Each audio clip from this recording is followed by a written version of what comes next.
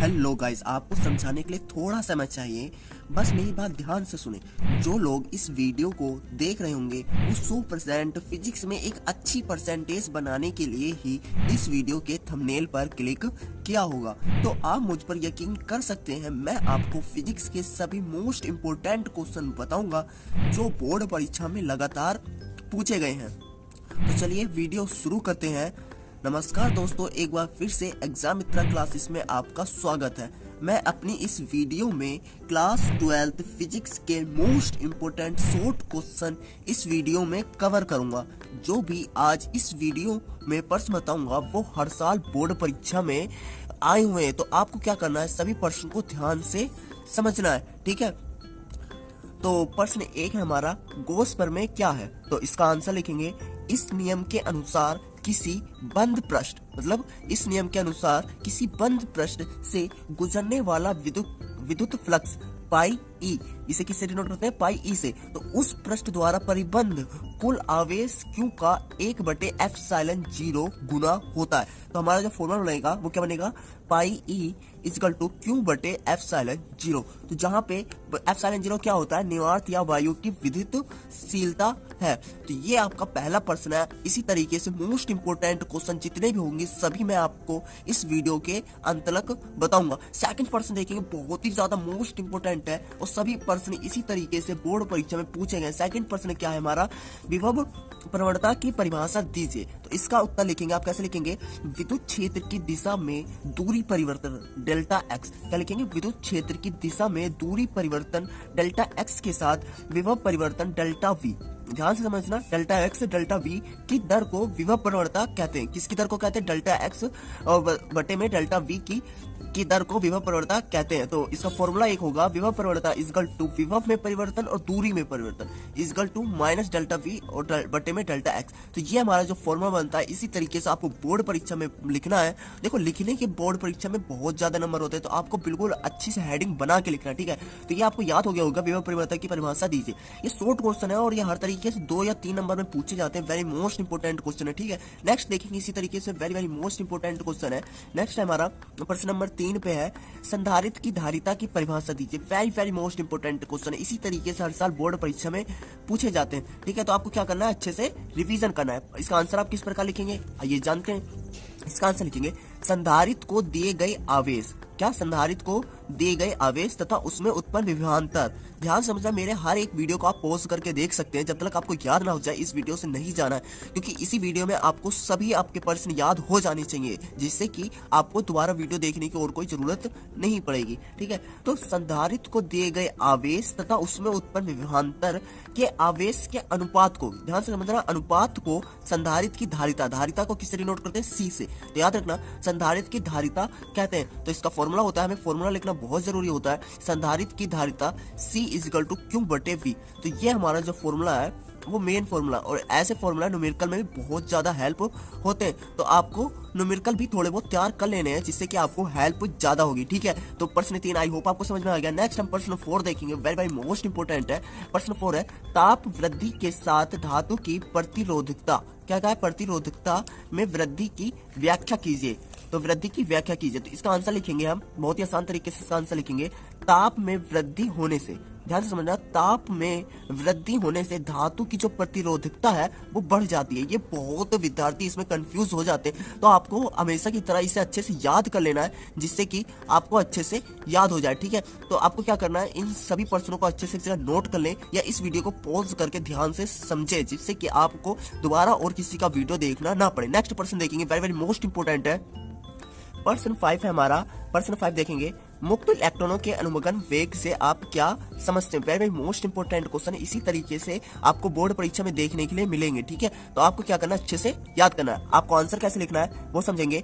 वह वेग जिसके द्वारा चालक के मुक्त इलेक्ट्रॉन, ध्यान से समझना, वह वेग जिसके द्वारा चालक के मुक्त इलेक्ट्रोड आयनों से टकराते हैं। किससे? आयनों से टकराते हुए बाह्य विद्युत क्षेत्र के प्रभाव से, मतलब बाहरी विद्युत क्षेत्र के प्रभाव में धन क्या कहा, धन सिरों की ओर आगे बढ़ते हैं, धन सिरों की ओर आगे बढ़ते हैं, उसे अपमान या अनुगमन वेग कहते हैं। कभी कभी अपमान वेग किसे कहते हैं ये भी क्वेश्चन बन जाता है, तो आपको याद रखना है उसे अपमान या अनुगमन वेग कहते हैं। तो ये दोनों एक ही है, ठीक है। तो देखो बोर्ड परीक्षा में अगर आप 90 प्लस लाना चाहते हैं, क्योंकि हम अगर बोर्ड परीक्षा में एक गोल सेट कर दें कि हमें टारगेट 90 प्लस चाहिए, तो उसी हिसाब से आपको क्या करनी पड़ेगी, तैयारी करनी पड़ेगी। उसी हिसाब से अगर आप तैयारी करेंगे तभी एक बोर्ड परीक्षा में अच्छा स्कोर देखने के लिए मिलेगा। इसी तरीके से नेक्स्ट प्रश्न देखेंगे, हमारा जो प्रश्न नंबर 6 है, देखेंगे विद्युत धारा तथा अनुगमन वेग के बीच संबंध लिखिए।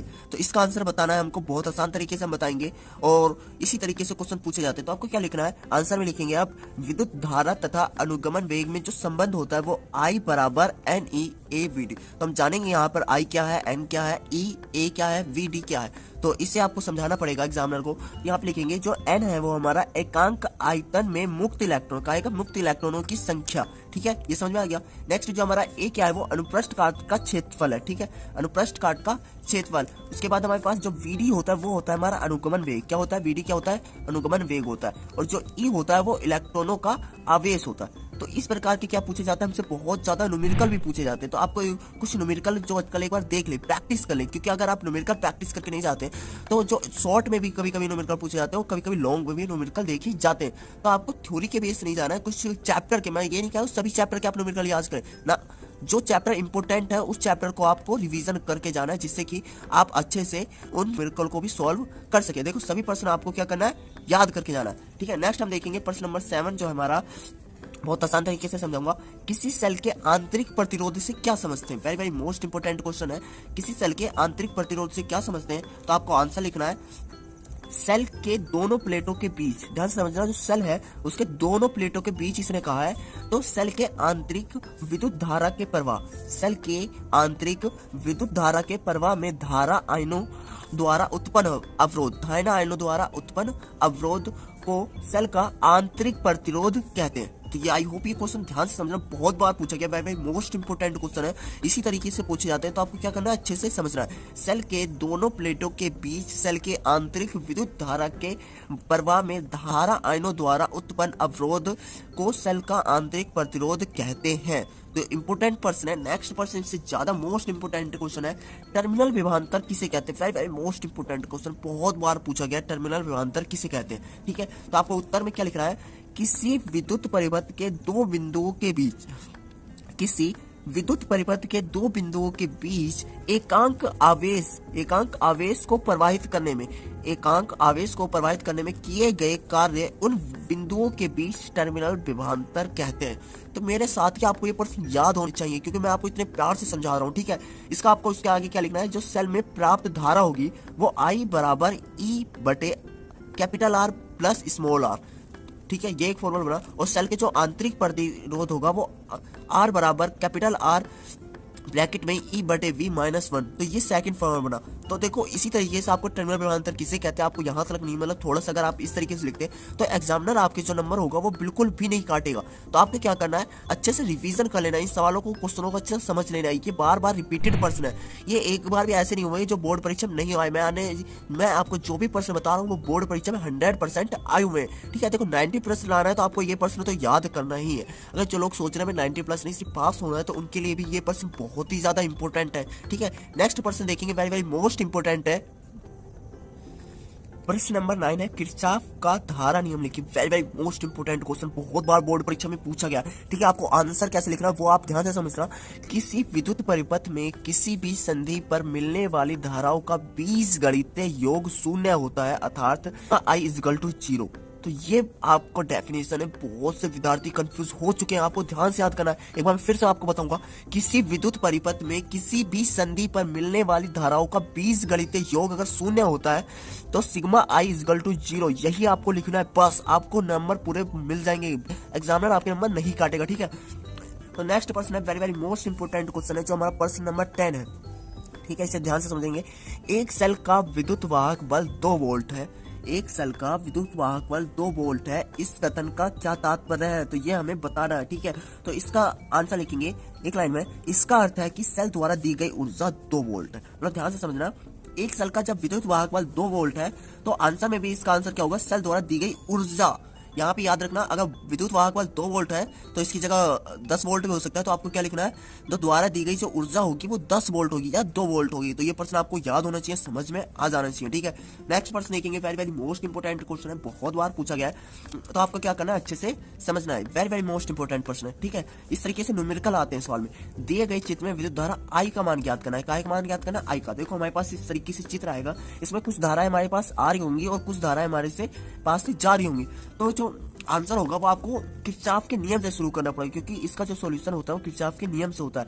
तो ठीक है, तो किरचॉफ के नियम से एक तरफ लिखेंगे संधि की ओर से आने वाली धाराओं का जो योग होगा, योग मतलब प्लस जोड़ना है, तो एक तरफ आने वाली धाराओं का योग और दूसरी तरफ जो संधि से दूर जाने वाली धाराओं का योग। तो हमें ऐसे लिख देना है जो हमारे पास आ रही है। देखो 4 + 3 + 6 ये धाराएं हमारे पास आने वाली धाराओं का योग। तो 4 + 3 + 6 = आयोटा भी दिया पड़ा है, तो I + 10, तो ये हमारी संधि से दूर जाने वाली धाराओं का योग है, ठीक है। तो ये आपको लिखना है, फिर आपको सॉल्व करना तो आता है, इसमें I का मान निकालना था हमें। तो I क्या करेंगे, I को एक तरफ ले लेंगे और वैल्यू सारी एक तरफ ले लेंगे, तो I = 3 एम्पियर। इतना तो आपको पता ही चल गया होगा कि I = 3 एम्पियर। तो मात्रा ध्यान रखना, मात्रा हमें जरूर याद रखना है। तो इंपोर्टेंट प्रश्न है, बहुत बार पूछा गया है, तो आपको अच्छे से इन प्रश्नों को याद कर लेना, ठीक है। देखो 90+ लाना है तो हमें मेहनत तो करनी पड़ेगी, क्योंकि मेहनत के अलावा और कुछ नहीं है। आपको अच्छे से प्रश्नों को समझना होगा, अच्छे से याद करना होगा, प्रैक्टिस करनी होगी, तभी आप इन प्रश्नों को अच्छे से बोर्ड परीक्षा में लिख सकते हैं।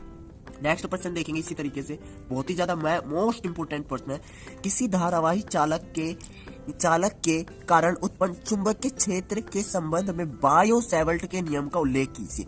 अगर ये लॉन्ग क्वेश्चन आता है तो आपको अलग तरीके से प्रूफ करना है, लेकिन ये शॉर्ट क्वेश्चन में पूछा गया है तो आपको किस तरीके से लिखना है तो आपको मैं बताऊंगा, ठीक है। प्रश्न आपको समझ में आ गया होगा। नेक्स्ट इसका आंसर देखेंगे, बहुत ही आसान तरीके से बताऊंगा।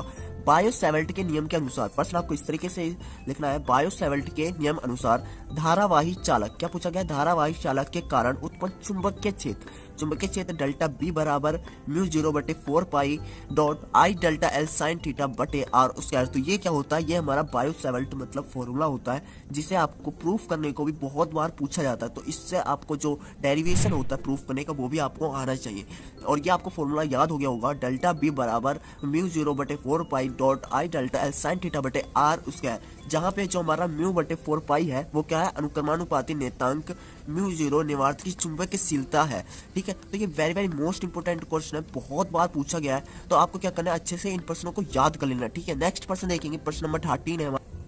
प्रश्न नंबर 13 है, एम्पियर का परिपथीय नियम लिखिए। Very very most important question है, आपको सभी प्रश्न की तरह इस प्रश्न को भी याद होना चाहिए। मैंने इसमें सभी मोस्ट इंपोर्टेंट प्रश्न बताए, ठीक है। तो आंसर लिखिए, एम्पियर के नियम अनुसार। देखो किसी मैंने चीज में ऐसे लिखा है, एम्पियर के अनुसार, बायो-सैवर्ट नियम के अनुसार, किरचॉफ के नियम के अनुसार। तो आपको लिखने का तरीका भी पता होना चाहिए, जिससे कि एग्जामिनर आपके पूरे नंबर दे सके। तो इस आंसर कैसे लिखेंगे, एम्पियर के नियम अनुसार किसी बंद वक्र के परिधि चुंबकीय क्षेत्र की तीव्रता, ध्यान से समझना, किसी बंद वक्र के परिधि चुंबकीय क्षेत्र की तीव्रता का रेखा समाकलन, क्या कहा गया, रेखा समाकलन, उस बंद वक्र द्वारा गिरे क्षेत्रफल, क्षेत्रफल में गुजरने वाली कुल विद्युत धाराओं का μ0 गुना होता है, जहां μ0 निवात में निरपेक्ष चुंबकीयशीलता है। ये आपका आंसर है। डेफिनेशन आराम से समझना, वीडियो पॉज कर लेना, बहुत आसान तरीके से मैंने लिखा है, कॉपी या रफ में आपको एक जगह उतार लेना है, जिससे कि आपको ये प्रश्न बार बार ढूंढने की आवश्यकता नहीं होगी। तो क्या लिखेंगे, pi B dot D L equal to μ0 I, जहाँ पे I क्या है, वो कुल धारा है। तो ध्यान से समझ लेना, मैंने आपको अच्छे से समझा दिया। वेरी वेरी मोस्ट इंपोर्टेंट प्रश्न है। नेक्स्ट प्रश्न देखेंगे, प्रश्न नंबर 14 है हमारा, चुंबकीय द्विध्रुव आघूर्ण का मात्रक लिखिए। Very very most important question, ठीक है, बहुत बार पूछा गया। तो आपको इसका आंसर कैसे लिखना है, चुंबकीय द्विध्रुव आघूर्ण का मात्रक equal to ampere metre square. तो ये आपका जो है हमारा वो चुंबकीय द्विध्रुव आघूर्ण का मात्रक है एम्पियर क्रॉस मीटर स्क्वायर, ठीक है। तो याद हो गया होगा। नेक्स्ट प्रश्न देखेंगे, very very most important question है, बहुत बार पूछा गया है, तो आपको इससे भी अच्छे से रिवीजन कर लेना, ठीक है। नंबर जो 15 है हमारा, भूत चुंबकत्व के अवयवों में आपस में संबंध लिखना है, ठीक है। तो इसका आंसर लिखेंगे, क्षैतिज व ऊर्ध्वाधर घटकों में संबंध जो होता है V = H tan थीटा होता है। क्या होता है, V = H tan थीटा होता है। समझ में आ गया। इसका आंसर कैसे लिखेंगे, जो इसके बाद हमारा जो इसे क्या कहते हैं, एच को क्या कहते हैं, थीटा को क्या कहते हैं और वी को क्या कहते हैं, ये समझाना है। ठीक है, जो हमारा ये शॉर्ट क्वेश्चन में इस तरीके से लगाना है। अगर हमें लॉन्ग क्वेश्चन में आ गया तो हमें ये प्रूफ करना होता है। ठीक है, ये आपको पता है, नहीं पता हो तो आप याद जान ले। अगर शॉर्ट क्वेश्चन में आ गया तो आपको इस तरीके से लिखना है, लॉन्ग क्वेश्चन में आएगा तो आपको ये प्रूफ करना होगा। ठीक है, तो एच क्या है हमारा, पृथ्वी के चुंबकीय क्षेत्र का क्षेत्रीय घटक है। क्या है हमारा, एच हमारा पृथ्वी के चुंबकीय क्षेत्र का क्षेत्रीय घटक है। और जो बी है वो पृथ्वी के चुंबकीय क्षेत्र का ऊर्ध्वाधर घटक है। ठीक है, उसके बाद जो थीटा है वो हमारा नटी कोण है। तो एक फॉर्मूला बनता है tan थीटा बराबर v बटे एच, ये भी फॉर्मूला होता है, और थीटा बराबर tan इनवर्स v बटे एच। तो ये दोनों फॉर्मूले आपको याद होने चाहिए, मोस्ट इंपोर्टेंट क्वेश्चन है, इससे आपको सवाल भी आते हैं। तो ये आपको दोनों याद हो गए होंगे। तो हम नेक्स्ट क्वेश्चन देखेंगे, very very most important question है। नेक्स्ट क्वेश्चन है, प्रश्न नंबर हमारा जो 16 है, विद्युत क्षेत्र की तीव्रता की परिभाषा तथा इसका मात्रक लिखिए। तो इस तरीके से आपको इसका मात्रक बताना है। तो इसमें कुछ जो भी प्रश्न में पूछा जाता है वो हमको बताना होता है। तो इसका आंसर हमको बहुत आसान तरीके से मैंने आपको समझाया है। तो आंसर देखेंगे, विद्युत क्षेत्र में किसी बिंदु पर रखे गए परीक्षण आवेश, ध्यान से समझना, विद्युत क्षेत्र में किसी बिंदु पर रखे परीक्षण आवेश पर लगने वाले बल तथा परीक्षण आवेश के मान की निपत्ति को उस बिंदु पर विद्युत क्षेत्र की तीव्रता ई वेक्टर कहते हैं, जहाँ ई बराबर एफ बटे क्यू जीरो होता है। ठीक है, ई बराबर एफ बटे क्यू जीरो होता है। तो इसका मात्रक हमें जरूर लिखना है, पता होना चाहिए मात्रक क्या होता है, न्यूटन प्रति कूलम। तो ये इसका मात्रक हुआ। एक बार फिर ध्यान से समझना, विद्युत क्षेत्र में किसी बिंदु पर रखे परीक्षण आवेश पर लगने वाले बल तथा परीक्षण आवेश के मान की निपत्ति को उस बिंदु पर विद्युत क्षेत्र की तीव्रता ई वेक्टर कहते हैं। तो ये आपका फॉर्मूला हो गया। और आपको क्या करना है, वेरी इंपॉर्टेंट प्रश्न है, आपको अच्छे से क्या करना है, रिवीजन कर लेना है। इन प्रश्नों को एक जगह क्या करना है, लिख लेना है, जिससे कि आपको नोट बना लेना है, जिससे कि आपको याद करने में कोई परेशानी ना हो, बार बार सभी प्रश्न याद करने की जरूरत नहीं हो। मैंने ये मोस्ट इंपोर्टेंट शॉर्ट क्वेश्चन बताए। ठीक है, नेक्स्ट हम प्रश्न देखेंगे, लास्ट प्रश्न, वेरी वेरी मोस्ट इंपोर्टेंट प्रश्न नंबर 17 है, एक मेगा इलेक्ट्रिक वोल्ट को जूल में व्यक्त कीजिए। ये बहुत बार सवाल पूछा गया, बहुत से विद्यार्थी इसमें कंफ्यूज हुए।